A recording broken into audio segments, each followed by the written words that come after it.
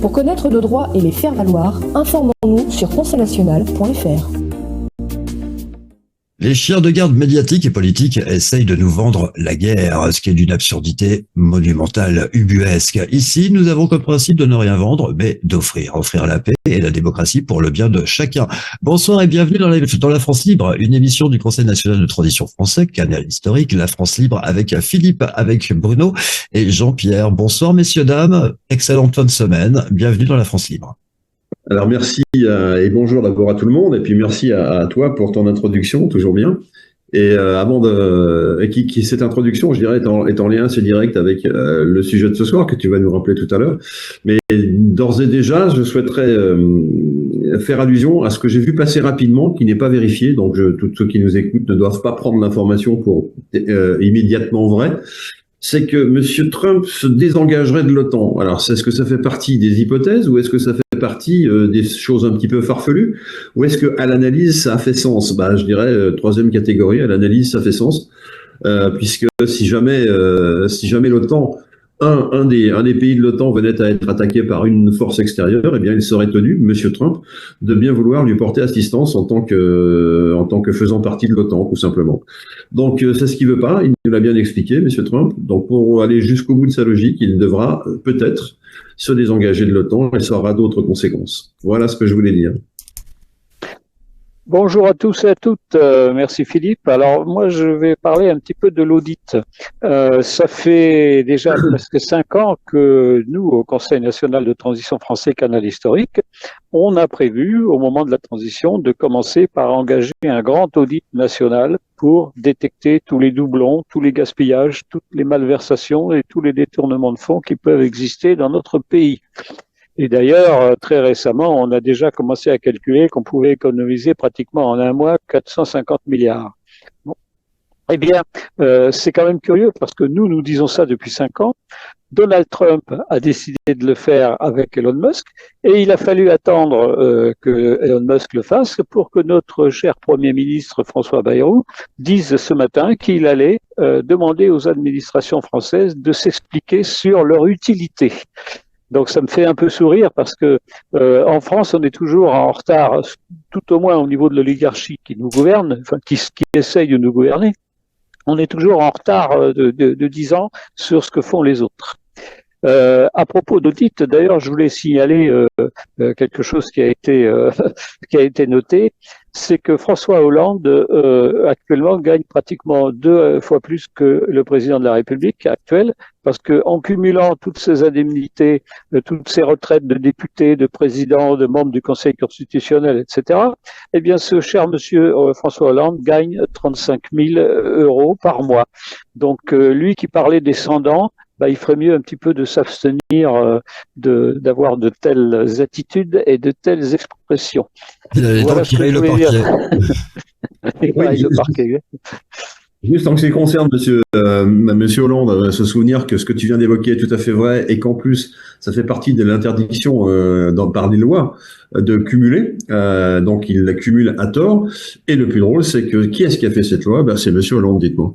Donc c'est quand même étonnant. Hein. Et puis le deuxième point, c'est Bayrou. Tu parlais tout à l'heure de lui. Moi je dis là, au contraire, je suis impressionné de voir à quel point nous vilipendons monsieur Trump dans un tas de circonstances médiatiques. Hein, c'est-à-dire qu'il n'y a pas de mots assez cruels et assez durs pour parler de lui dans les médias français. Et je constate quand même que malgré ça, on s'inspire de ses équipes, en l'occurrence de monsieur Musk, pour tout simplement défendre ou attaquer plutôt l'administration française sur le mode « à quoi servez-vous » quoi.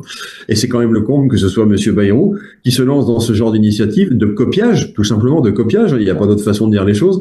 Je suis pas certain que les syndicats de l'administration française soient tout à fait d'accord avec cette démarche et que monsieur Bayrou y ait beaucoup de succès, mais on à suivre, à voir. Voilà ce que je veux dire. D'ailleurs, Philippe, tu parles des syndicats. Je pense que dans le futur audit au moment de la transition, je pense que les syndicats vont avoir leur part. Parce que quand on sait ce que gagnent les syndicats, les subventions qu'ils touchent et le rôle qu'ils ont plutôt négatif dans le soutien vis-à-vis du peuple, eh bien, il y a beaucoup de choses à dévoiler. Actuellement, les syndicats, c'est une utopie. Ça ne sert absolument à rien pour le peuple. Si vous voulez bien, nous allons regarder l'actualité en images. Aujourd'hui, à la télévision russe, c'est ce que j'ai choisi, le discours du président de la République analysé par le gouvernement russe. Nous nous retrouvons juste après. Vous savez, nous allons absolument examiner cette déclaration de Macron d'hier étape par étape. Un matériel spécial sera publié sur le site du ministère des Affaires étrangères. Il est justement en train de se préparer. On peut dire que ce qu'a dit Macron hier est un ensemble de thèses mensongères. Je ne sais même pas s'il y a un mot de vérité là-dedans. Il a réfléchi à la garantie de la sécurité de l'Ukraine. Il n'a pas dit un mot sur le fait qu'un règlement pacifique est possible, sans prendre en compte les intérêts légitimes de sécurité de la Russie et de toute l'Europe, sans aucune division.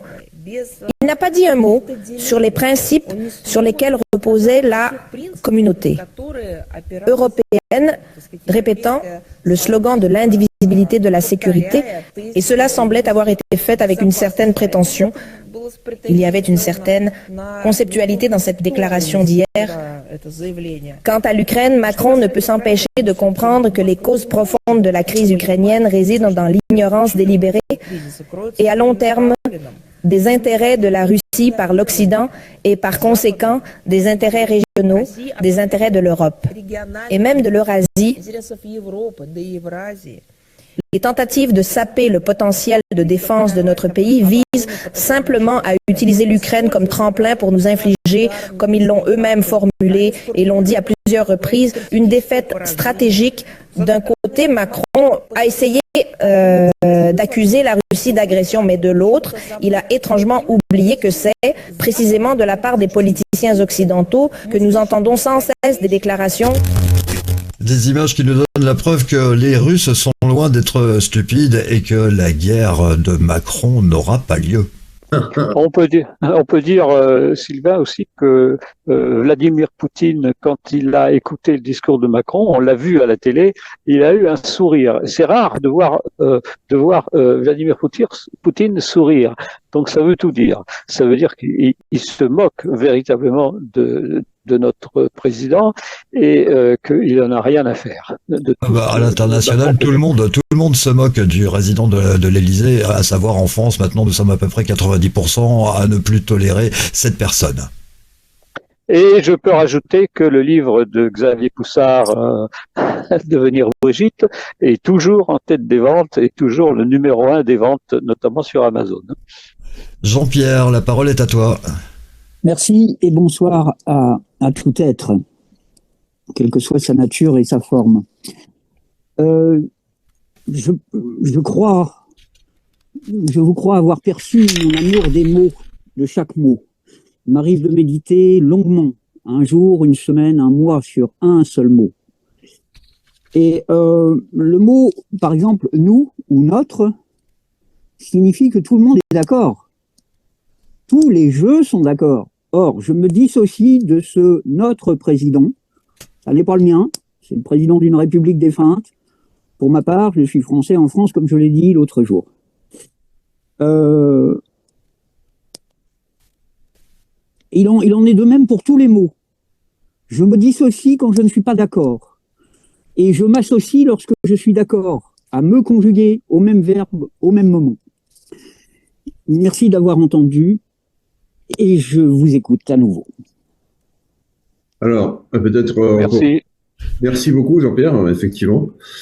Et pour continuer sur la prestation de ce président, qui n'est pas celui de tout le monde, comme vient de nous l'expliquer Jean-Pierre, mais il va falloir trouver des formules pour dire les choses, parce que ça devient de plus en plus compliqué désormais. Voilà, donc cette personne, elle nous sert d'enclume aujourd'hui pour frapper quoi, pour frapper ce à quoi demain ressemblera, tout simplement. C'est-à-dire que s'il a l'air idiot, si tout le monde se moque de lui, si l'affaire qui concerne son couple fait le tour du monde et est la risée de ce même monde, je pense pas que ce soit pour son plaisir, je ne le crois pas idiot, mais je pense tout simplement que c'est par obligation. C'est-à-dire qu'il est condamné à subir ce genre de choses. Il n'a pas suffisamment d'empathie pour souffrir autant dans sa chair que souffrirait n'importe qui d'autre à sa place dans la même circonstance. Donc il n'est pas malheureux. Et l'histoire de son couple, ma foi, sortira pas, c'est plus son problème. Lui, il est le scud qui est déjà parti, qui a déjà dit son mot, qui a déjà dit qu'il fallait préparer la France à la guerre. Et il a fait le boulot, comme on dit. Hein. Et il a fait le boulot de qui, de quoi? Il a fait le boulot de ceux qui lui ont demandé de faire ça. Et qui sont ceux qui lui ont demandé de faire ça? C'est toujours les mêmes. C'est ce qu'on appelle l'État profond, c'est ce qu'on appelle les anciens néoconservateurs, c'est ce qu'on appelle le Parti démocrate américain qui a été battu aux dernières élections. Ce sont toutes ces personnes-là. Et qui ont un seul intérêt, c'est la continuité de la guerre. Alors pas par d'autres moyens, hein, comme disait Clausewitz, mais la continuité de la guerre par toujours le même moyen de destruction. Parce que c'est ça qui rapporte de l'argent, parce que tout le XXe siècle a été totalement marqué par ce phénomène de la guerre, que ce soit en Europe ou que ce soit en dehors de l'Europe, etc., et qu'il est hors de question que dans le cadre d'une fin de la guerre, par exemple, hein, comme Monsieur Huntington nous avait dit la fin de l'économie ou la fin de je sais pas quoi.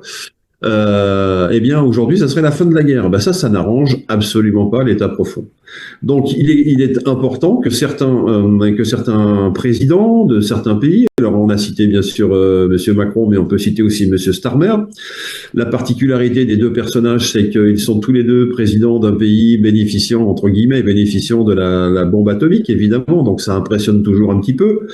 Pas trop Monsieur Poutine, apparemment, puisqu'il se permettait de sourire lors de l'allocution de Monsieur Macron. À quoi souriait-il? On le saura peut-être un jour, mais bon, voilà. Et donc, ces deux personnages, Starmer et Macron, sont le nouvel attelage de l'Europe, piloté par l'État profond qui est en fuite ou en déshérence, qui a quitté le paradis terrestre de l'Amérique du Nord, puisqu'il en a été chassé par les équipes de Monsieur Macron, par les équipes de Monsieur Trump, et qu'on a actuellement des rapports déjà sur quels procès ont déjà eu lieu, quels personnages ont déjà été arrêtés, etc., etc. Donc ça va venir après. Pour l'instant, en ce qui concerne l'Europe et en particulier la France, eh bien voilà, nous en sommes là. Nous avons des bouts de feu en guise de président parce qu'ils ont été mandatés pour cela. Est-ce à dire qu'ils vont gagner? J'ai une mauvaise nouvelle pour eux. Non, nous ne le pensons pas, tout simplement parce qu'il y a des faits objectifs qui nous disent que Madame Meloni, par exemple, et pour ne parler que d'elle, a dit stop, non, je n'enverrai pas un guerrier italien sur le champ de l'Ukraine. Alors que c'est exactement ce que messieurs Starmer et Macron demandaient à l'ensemble des Européens, c'est-à-dire une solidarité de cœur, d'âme et de tout ce que vous voulez, pour aller comme un seul homme mettre un cordon sanitaire militaire en Ukraine. Et malheureusement, il n'y a pas trop de candidats, quoi. Et alors, en l'occurrence, non seulement il n'y a pas trop de candidats, mais il y en a un qui fait voler le système en éclats, c'est Madame Meloni. Madame Meloni, elle dit, on s'en sortira pas si on est tous les uns les autres de l'Europe, si on est tous les uns et les autres, pas en accord, en désaccord, mais ne serait-ce qu'un seul. Et elle se présente comme la seule, s'il n'en fallait qu'un, ou la seule qui sera en opposition avec ce projet de guerre. Oui, Bruno? Je voulais rajouter aussi à ce que tu dis, Philippe, qu'il y a aussi Viktor Orban, il faut pas l'oublier, qui lui est totalement contre. Et moi, je souris un petit peu parce que je pense que si tu vois le sujet de l'émission de ce soir, la guerre de Macron n'aura pas lieu, moi ça m'a fait penser à la guerre de Troie n'aura pas lieu. Et à Troie, il y avait un cheval, un cheval qui servait donc de secret pour faire venir donc des troupes ennemies. Alors moi je souris parce que le cheval de Troie de Macron s'appelle Ursula von der Leyen et c'est une vieille ficelle usée. C'est un projet qui est éventé. Je dirais plutôt qu'un cheval, c'est plutôt une vieille mule dans laquelle on a quoi? Eh bien, on a un État profond qui domine Macron comme une marionnette et qui veut imposer sa volonté, mais qui malheureusement est complètement maintenant découvert par les peuples.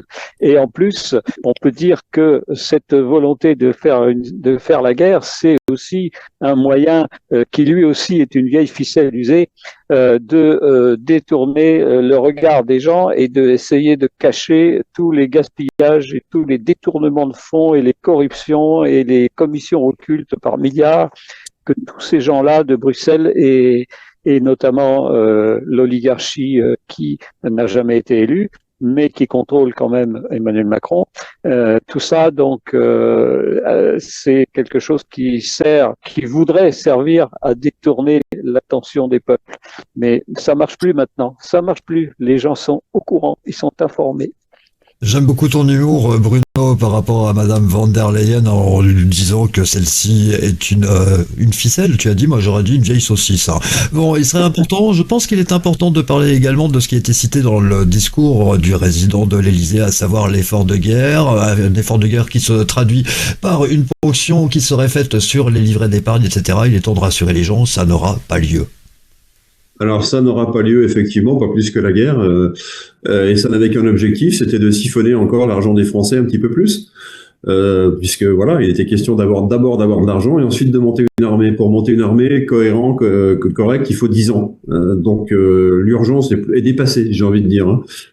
C'est-à-dire que si nous commençons seulement à rouvrir des usines de fabrication d'armes, eh bien, Monsieur Poutine pourrait être fondé à considérer ça comme un casus belli, quoi. C'est-à-dire, et donc dirait, bah non, c'est pas normal. Donc, il s'attachera sûrement à détruire ces usines au fur et à mesure qu'elles se construisent, comme il s'est attaché à détruire les unités de production en Ukraine, au moins autant que les êtres humains, sinon plus.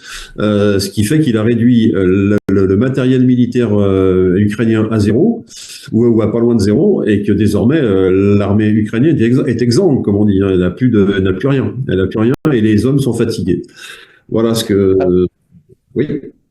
Alors Philippe, moi tu parlais de l'épargne des Français. Alors si je peux donner un conseil à tous ceux qui nous écoutent, c'est mettez le moins possible d'argent dans les banques, juste pour payer vos factures, et tout le reste, vous l'enlevez, vous achetez des crypto-monnaies, vous faites ce que vous voulez, vous achetez de l'or, vous allez ailleurs, vous mettez ça ailleurs qu'en France. Mais bon, je parle beaucoup des crypto-monnaies parce que depuis que Trump a inscrit un certain nombre de crypto-monnaies directement comme collatéral dans le trésor américain, eh bien, ça commence à devenir une monnaie sérieuse.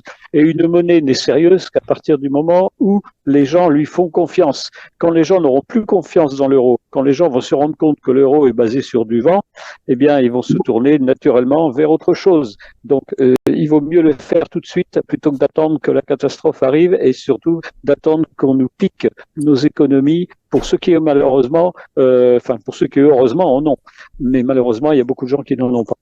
On pourrait les appeler la bande à Picsou. La parole est à toi, Jean-Pierre. Merci. Alors, je vais revenir sur la vibration des mots. Je vous cite les extraits de très vieux écrits qui ont été repris dans la Bible et dans d'autres écrits sacrés. Au commencement est le Verbe. Et le Verbe vibre avec Dieu, et Dieu est avec le Verbe. Et quatrième phrase, et le Verbe se fait chair. Ça veut dire que les mots ont une vibration puissante quand ils sont pensés, prononcés, écrits ou sculptés.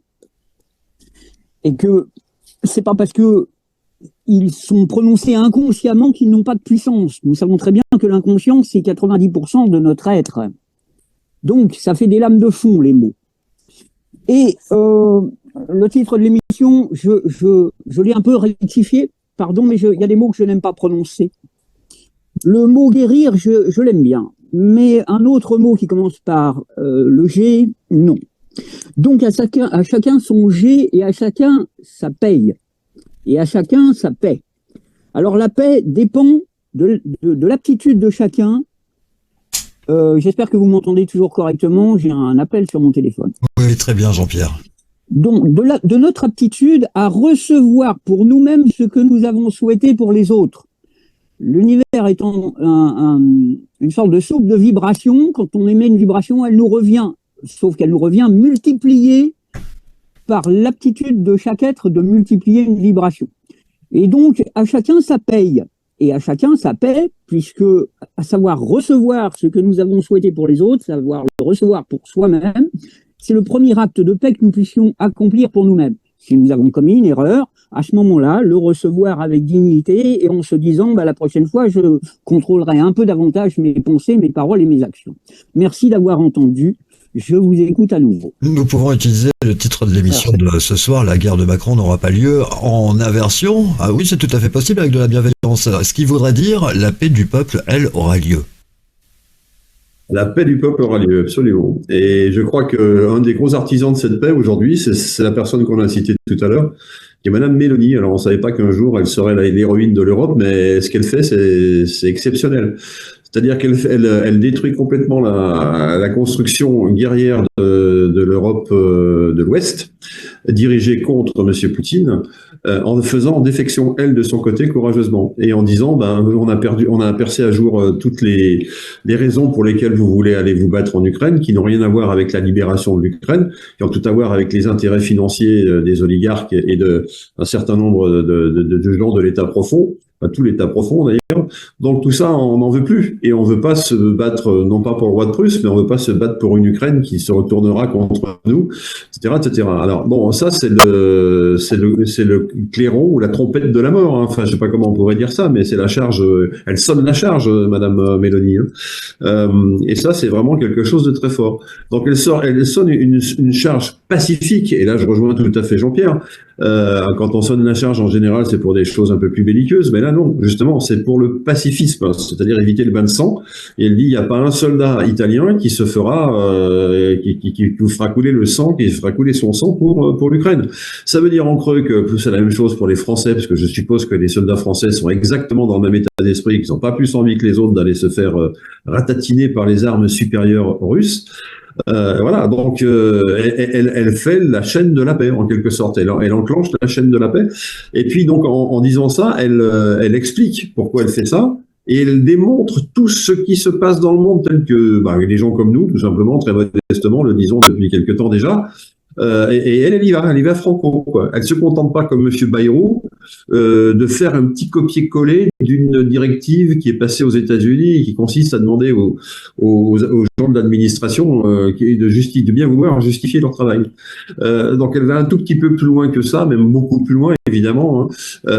Voilà. Mais même si on voit qu'il y a des lignes porteuses, c'est-à-dire est-ce qu'elle est toute seule dans son coin, dans son camp pour parler comme ça? Je pense que non. On l'a vu serrer la main de Monsieur Trump. On a vu une certaine forme de connivence, et c'est par elle qu'arrive l'explosion en vol de ce projet de guerre permanente que venait de nous concocter Monsieur M à la télévision il y a 48 heures. Et qui avait l'assentiment de Monsieur Stammer, qui lui était d'ores et déjà favorable à mettre des matériels et des troupes en Ukraine. Alors, United Kingdom, hein, évidemment, pas française, mais voilà. Donc on est chez des gens qui ont été missionnés avec des points très forts, des choses très fortes, des obligations énormes, et qui se retrouvent un peu le bec dans l'eau, passez-moi l'expression, tout nus, et en plus désignés à tout le monde, quoi, hein, donc au monde entier. Donc ça leur donne une position un peu ridicule, impossible à tenir. Et je voudrais même lire les mots exacts de Madame Mélanie en l'occurrence. Là, cet abattoir dévoilé qu'on nous propose pour aller envoyer des troupes en Ukraine, c'est quoi? C'est impraticable et c'est irresponsable. Ce sont les mots de Madame Mélanie. Alors, impraticable, ça veut dire que techniquement, on peut pas y aller. Et irresponsable, par contre, ça introduit une notion dont je suis pas sûr que les gens de l'État profond soient conscients. C'est-à-dire que pour être irresponsable, il faut savoir ce que c'est qu'être responsable. Et quand on est responsable, on est en particulier responsable de la vie des gens. Or, eux, ils ne pensent qu'à une chose, c'est détruire la vie de ces gens. Donc, sont-ils irresponsables ou responsables? Ça, c'est un débat qui reste à ouvrir. Voilà, et elle rajoute que toute division entre les nations occidentales au sujet de l'Ukraine serait fatale. Évidemment, soit à l'Ukraine, soit à toute l'Europe. Voilà les paroles de Madame Mélanie. Donc ça, c'est un coin quand même, hein, c'est un sacré coin qu'elle a mis dans la cabale, à la cabale et à l'État profond. Voilà. Alors, Philippe Macron, lui, depuis 6 mois, on l'entendait plus. Et puis là, maintenant, on sent qu'il a besoin d'exister. Il agit toujours à contre-courant. À partir du moment où on parle de paix, à partir du moment où il a compris que les Russes et les Américains vont s'entendre sur le dos de l'Europe, eh bien, il commence à bouger parce qu'il a peur, en fait. Il a peur de perdre son pouvoir. Il a peur de pas devenir, comme il l'espère, dans quelques années, le président d'une Europe qui va se désunir complètement suite justement à ce que tu viens de dire. Et donc, il se manifeste et ça montre dans son discours qu'il a absolument rien à faire du peuple. Ils s'en fichent du peuple. Ils s'en fichent que un jour il y ait des soldats français qui aillent verser leur sang pour soi-disant aider l'Ukraine. Et d'ailleurs, l'armée française n'est pas du tout d'accord là-dessus. Il suffit d'écouter, il suffit de lire ce qui est écrit par Place d'Armes. Le discours de Monsieur M, on peut considérer ça avec un bon petit dicton français, par exemple, les chiens aboient, mais la caravane passe. On va dire que nous, c'est la caravane, et les chiens, on sait très bien à qui ça s'adresse. Jean-Pierre, si tu veux la parole, elle est à toi. Oui, alors merci de nommer cet être Monsieur M que j'écris bien sûr majuscule A-I-M-E. Et je vais vous dire la phrase exacte que je prononce lorsque je médite avec la présence de cet être. Monsieur, aime-moi, s'il te plaît quand même, car je ne sais pas m'aimer moi-même. Évidemment, à chaque M, je l'écris A-I-M-E. Si un être dans l'univers ne sait pas s'aimer lui-même, alors que tous les êtres de l'univers se rassemblent pour lui donner chacun un peu d'amour, peut-être apprendra-t-il ce qu'est l'amour. Merci. Merci Jean-Pierre. Alors, rapidement aussi dire que oui, très bien. Dire que aujourd'hui on active les peurs. Monsieur Macron, Monsieur M, pardon, excusez-moi, Monsieur M active les peurs. C'est évident. Donc il veut faire peur aux gens en disant il va y avoir la guerre. Et puis rendez-vous compte, en plus nous avons la bombe atomique. Sous-entendu, on est capable de la lancer. Et si on est capable de la lancer, ça veut dire qu'on est aussi capable de la recevoir, quoi. C'est-à-dire par rétorsion, Monsieur Poutine sera tenté d'en envoyer 100 quand nous en envoyons une. Donc évidemment, on a très peur. Il y a longtemps que la menace, je dirais, atomique a été atténuée, sinon supprimée, mais en tout cas largement atténuée, parce que quand tout le monde a la possibilité de détruire tout le monde, c'est la fin de partie. Voilà, il n'y a plus de jeu. Donc c'est pas très intéressant. Les gens veulent connaître la suite. Ils veulent être les survivants de ce qui se passerait s'il y avait une explosion atomique. Or, même dans les souterrains et dans les bunkers les mieux renforcés, on n'est jamais certain qu'il n'y aurait pas des conséquences. Il n'y aurait pas des conséquences sur la planète telles que tout le monde meurt, tout le monde disparaisse. Donc, ce jeu du tout le monde peut disparaître, automatiquement, c'est la dissuasion et le lancement de la bombe n'aura pas lieu. C'est la première raison. La deuxième raison, c'est que Monsieur Poutine a la main en matière d'armement, puisqu'il a les ogives les plus rapides sur la planète, capable de transporter notamment une poudre ou quelque chose d'atomique, pourquoi pas, hein, voilà, à une vitesse qui est supérieure à toutes les vitesses disponibles sur la planète. Donc ça veut dire qu'il est capable d'arriver avant tout le monde, et ça veut dire qu'il est capable d'intercepter tout le monde, dans les airs bien sûr, hein. Donc partant de là, il est véritablement le patron, quoi. Et ça fait partie des choses que les pays comme les États-Unis d'Amérique, qui ont l'habitude des rapports de force, savent très bien gérer. Alors, jusqu'à maintenant, elles ont toujours été gagnantes depuis 2 siècles, et maintenant elles sont en train d'apprendre à changer, hein, c'est-à-dire continuer la guerre par d'autres moyens, justement, comme disait Clausewitz et d'autres. Donc voilà, donc c'est le pied du mur auquel se trouve Monsieur Trump aujourd'hui, de devoir négocier dans le même temps et très rapidement la sortie de l'OTAN pour éviter les pièges qu'on a évoqués tout à l'heure. Pareil pour l'ONU, pareil pour l'OMS, c'est déjà fait. Enfin bref, il a toute une série de mesures à prendre pour sanctuariser le terrain états-unien, j'ai envie de dire ça comme ça, c'est-à-dire l'Amérique du Nord, pour faire simple. Et puis dire aux autres, vous débrouillez-vous entre vous, c'est plus notre problème, quoi. Sous-entendu, l'Europe face à la Russie, vous êtes condamnés à vous entendre. Donc voilà où nous en sommes, et c'est peut-être pour ça que M. Bayrou est en train de copier des choses de droite et de gauche. Peut-être que demain nous aurons chez nous en France des lois qui existent en Russie, soyons attentifs, on ne sait jamais. Ça sera la marque probablement d'un rapprochement. Toujours est-il, et c'est comme ça que les choses se feront, en douceur et sans qu'on s'en rende compte. Pour l'instant, j'ai envie de dire à toutes les personnes que j'entends pleurer dans le poste de radio, qui disent mais il faut pas qu'il y ait de guerre parce que moi j'ai des enfants et je veux pas que mes enfants vivent de la guerre parce que c'est terrible, qu'ils se rassurent. J'ai envie d'être un petit peu comico-cynique en disant que si on devait subir cette guerre, on finirait en beurre fondu avant même d'y avoir simplement fait ouf, comme on dit, hein. Donc, c'est terrible, mais on ne souffrirait pas forcément les 1000 morts qu'ont subi les gens pendant la guerre de 40, la guerre de 14, etc. Toutes ces guerres ont été toutes très terribles pour l'être humain. Donc voilà, donc et dire à ces gens, effectivement, personne n'a intérêt à la prolongation de la guerre, sauf un groupuscule de personnes qu'on appelle l'État profond, et qui n'a intérêt qu'à ça. Voilà, donc il s'agit effectivement de l'isoler et de le traiter, j'ai envie de dire. Oui. C'est pour ça, Philippe, que la peur, en réalité, elle a changé de camp. C'est eux qui ont peur, c'est pas le peuple. Toute cette propagande me fait penser aux propos fascistes des années 80, tels que celui-ci, la Russie, visitez-la avant qu'elle ne vous visite. Jean-Pierre, tu as la parole. Oui, merci. Alors Philippe a dit un mot, un verbe, continuons, continuer. Le terme exact de Philippe, c'était continuer au verbe, à l'infinitif. Et je m'invite et je nous invite au sein du Conseil national de transition français Canal Historique ou de tout autre organisme qui souhaite vraiment la paix, continuons la paix un jour à la fois et cela sera-t-il payant un jour. Merci beaucoup. Très bien, nous allons clore cette émission. Je vous rappelle que faire du bien aux autres, c'est se faire du bien à soi-même. Évidemment, la bienveillance nous harmonise avec l'univers. Nous avons donc tout intérêt à vous souhaiter d'excellentes vibrations pour le week-end à venir. Bonne soirée et surtout rendez-vous lundi avec le Conseil national de transition français Canal Historique. Merci Jean-Pierre, merci Philippe, merci Bruno, merci à vous-même également. Excellente soirée et à lundi.